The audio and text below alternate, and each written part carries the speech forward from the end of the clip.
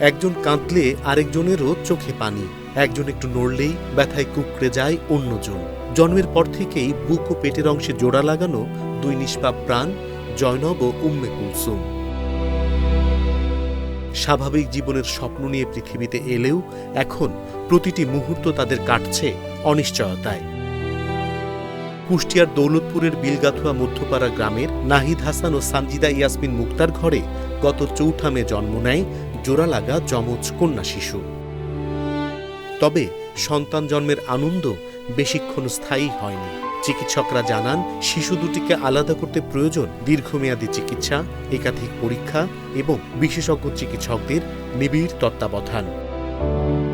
৩ মাস পর আবার ঢাকায় এনে চিকিৎসা শুরুর পরামর্শ দেয়া হয়েছিল, কিন্তু অর্থের অভাব সেই পথে এখন বড় বাধা হয়ে দাঁড়িয়েছে। এদের যে অবস্থায় বড় ডাক্তারের পরামর্শ ছাড়া তো ছোট ডাক্তারের কাছে নেওয়া সম্ভব হয় না। কিন্তু আমাদের এমন একটা অবস্থায় আমরা সাধারণ ডাক্তারকেই দেখাতে বাধ্য থাকছি। একটু ঠান্ডা লাগা, কাশি হয়, এদের তো দুজনের রক্ত ব্লাড একসাথে চলছে না আলাদা চলছে, এটা তো শিওর ভাবে বলতে পারি না আমাদেরকে। তখন ৪ বছর আগে বিয়ে হয় নাহিদ ও মুক্তার। বড় ছেলের বয়স এখন ২ বছর।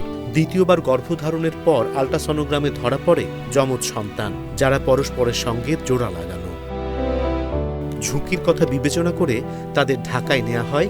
জন্ম হয় জয়নব ও উম্মে কুলসুমের।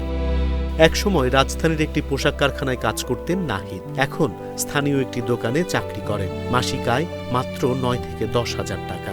৫ সদস্যের সংসার চালানোর পাশাপাশি যোগ হয়েছে সন্তানদের চিকিৎসা, ওষুধ ও দুধের খরচ।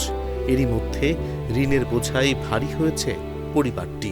গরিব মানুষের বাচ্চা সিজার হয়েছে, চলতেই পারে না, কোনো খাটে খাই, এই পর্যন্ত ওদের আছে। চিকিৎসকরা বলছেন, জোড়া লাগা যমজ শিশু আধুনিক চিকিৎসায় অস্ত্রোপচারের মাধ্যমে আলাদা করা সম্ভব। প্রয়োজন উন্নত চিকিৎসা, পর্যাপ্ত অর্থ এবং অভিজ্ঞ চিকিৎসক দলের সমন্বিত প্রচেষ্টা।